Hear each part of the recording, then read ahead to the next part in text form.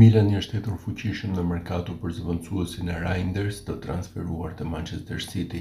Ndër lojtarët që janë pikëtuar nga drejtuesit kuqezinj është dhe mesfushori me origjinë shqiptare Ardon Jashari, i cili spikati te Klub Bruges në edicionin që sapo u mbyll.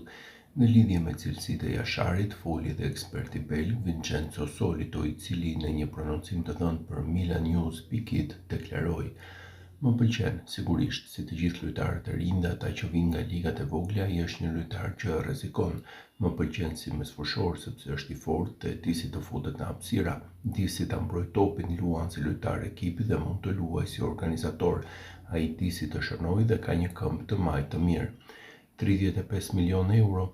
Çmimi i kërkuar është i lartë, padyshim. Ka dy mundësi: ose Bruges po bën bllop ose ka oferta të tjera. Ai mund të krahasohet me punën që bën Locatelli te Juventusi, domethënë një mesfushor që ndonjëherë e vendos veten përpara mbrojtjes, një mesfushor që mbron por kur është e nevojshme ecën përpara. Paradoksalisht ai është më i plotë se Locatelli sepse le të kujtojmë se ai luan në kampionatin belg dhe është një lojtar i ri, i cili është në zhvillim e sipër, deklaroi Solito.